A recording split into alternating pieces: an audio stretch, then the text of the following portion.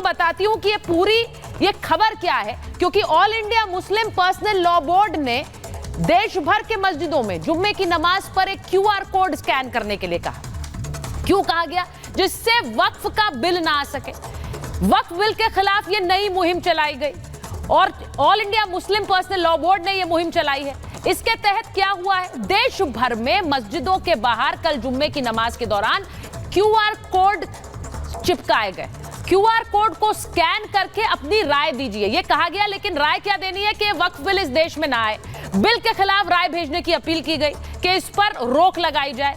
QR code से राय सीधे joint parliamentary committee को जाएगी, जो इस पूरे मामले पर विचार कर रही है। अब जुम्मे की नमाज पर बड़ी संख्या में ये मैसेजेस कल देश भर से गए हैं। लखनऊ की ऐशबाग मस्जिद पर भी ये क्यूआर कोड लगे और वहां पर इमाम फिरंगी महली ने इसके बारे में जानकारी दी है। सिर्फ यही नहीं है, जुम्मे पर उन्होंने कहा कि जेपीसी को करोड़ों मैसेज गए हैं, यानी कि कल के दिन।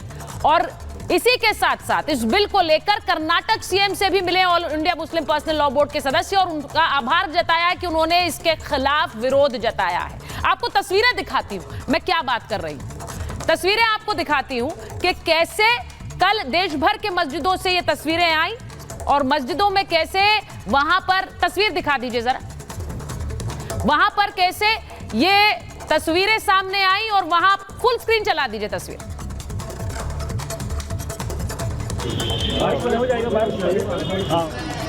नहीं, देखिए क्यूआर कोड चिपकाए गए मस्जिदों के बाहर और वहां जो लोग आ रहे थे जुम्मे की नमाज पढ़ने, उनसे कहा जा रहा था आप इस क्यूआर कोड को स्कैन करिए और भेजिए और ये अपनी राय रखिए कि इस देश में ये संशोधित वक्फ बिल ना आए। तो ये तस्वीरें लखनऊ से आ रही हैं, उसी क्यूआर कोड को आप देख रहे हैं और लोगों ने वहां जाकर उसको स्कैन किया और ये राय भेजी कि इस देश में ये बिल नहीं आना चाहिए। अब इसी के साथ जो लोग वक्फ बिल के समर्थन में ये क्यूआर कोड भेजने की बात कर रहे हैं, वो आरएसएस के खिलाफ एक नफरती एजेंडा चला रहे हैं। यानी वक्फ के साथ लेकिन आरएसएस के खिलाफ उसे आतंकी संगठन घोषित करने की मुहिम। आरएसएस के खिलाफ इस बड़ी साजिश का खुलासा हुआ और प्रयागराज के मदरसे में संदिग्ध दस्तावेज मिले हैं। पुलिस ने वहां से लोगों को गिरफ्तार किया। आरएसएस को बताया सबसे बड़ा आतंकी संगठन इन दस्तावेजों में बताया जा रहा है, वो भी चल रहे हैं नीचे, आप देखिए जरा।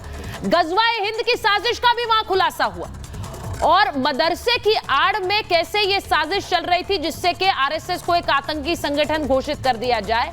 बिहार के पटना में भी ऐसे ही दस्तावेज मिले थे, आपको याद होगा। वहां दस्तावेज मिलने के बाद एक्शन हुआ था।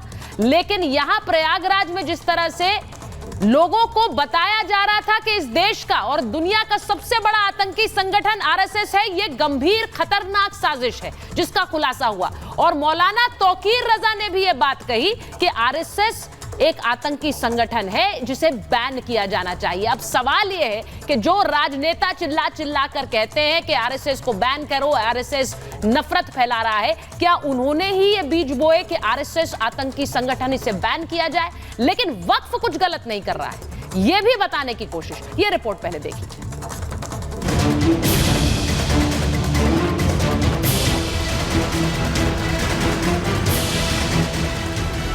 वक्फ संशोधन बिल के खिलाफ देश भर की मस्जिदों से कल ही क्यूआर कोड वाला एजेंडा चलाया गया।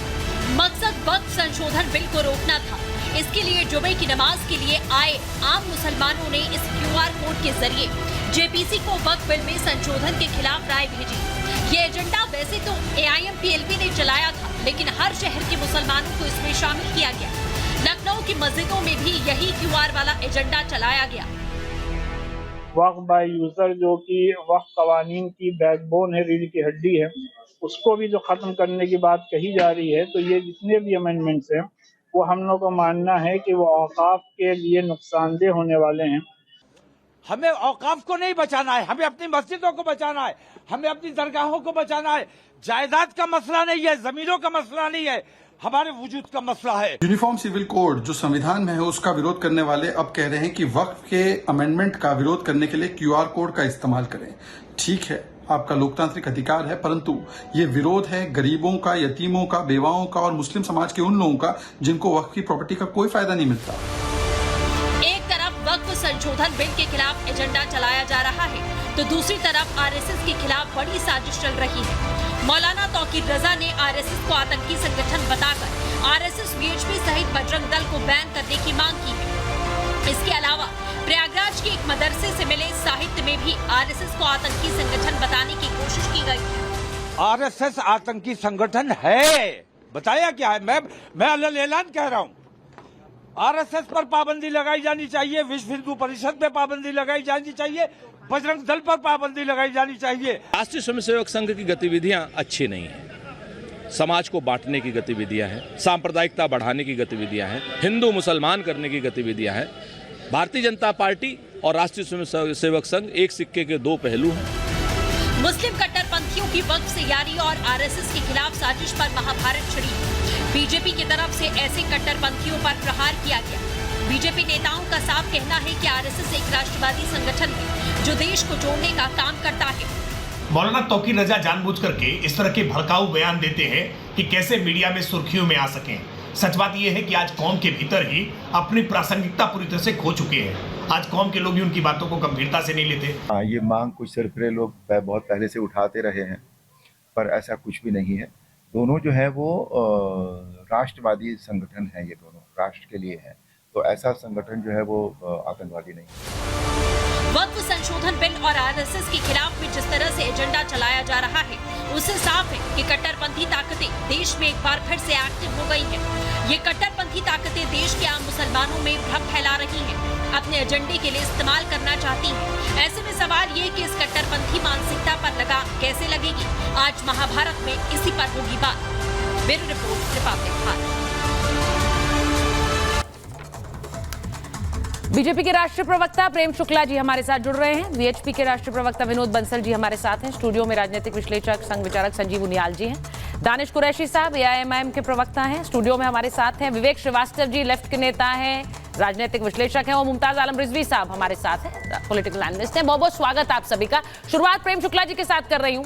प्रेम शुक्ला जी, आज के दिन में जिस तरह के बयान आ रहे हैं उससे सीधा स्पष्ट सवाल ये है कि वक्फ के बचाने के लिए बिल ना आए, उसके लिए एक पूरी मुहिम शुरू हो गई है। क्यूआर कोड स्कैन किए जा रहे हैं, तो वक्फ को तो बचा लो और आरएसएस को आतंकी संगठन घोषित कर दो।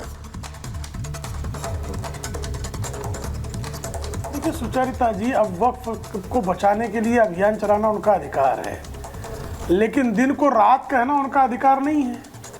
जो लोग एमआईएम जैसे संगठन, जमीयते इस्लामी जैसे संगठन, जमीयते उलमा हिंद जैसे संगठन, कंधार के विमान अपहरण करने वालों का वकालत कौन करता है? जमीयते उलमा हिंद। 12 मार्च 1993 के बमकांड के अभियुक्तों के उनके परिजनों को संभालता कौन है? जमीयते उलमा हिंद। याकूब मेमन जैसे नर पिशाच की शव यात्रा में अल्लाह अकबर का नारा कौन लगाता है? समाजवादी पार्टी, एमआईएम और जमीयते उलमा हिंद।